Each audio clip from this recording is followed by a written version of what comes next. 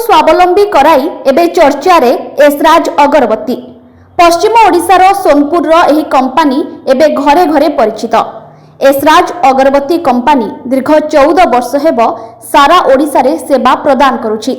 कंपानीर मुख्य प्रयास है निजे रोजगार करने सहित आउ 5 जन को रोजगार देबा। एसराज कंपानी ठारू जो माने धूपकाठी मेसिन किनिबे घरे रही मासकू अति कम रे 15,000 रु 20,000 टंका रोजगार करिवे। धूपकाठी आपण तैयारी करी सुखाई एसराज कंपानी को केजी हिसाब रे बिक्री करिवे। ताको कंपानी नै भल करी बाछि बास्नायुक्त करी तांको एसराज ब्रांड रे बाजार रे बिक्री करिवे। तेणु आपण मानकर किछि भी मार्केटिंग टेंशन रहिबो नाही।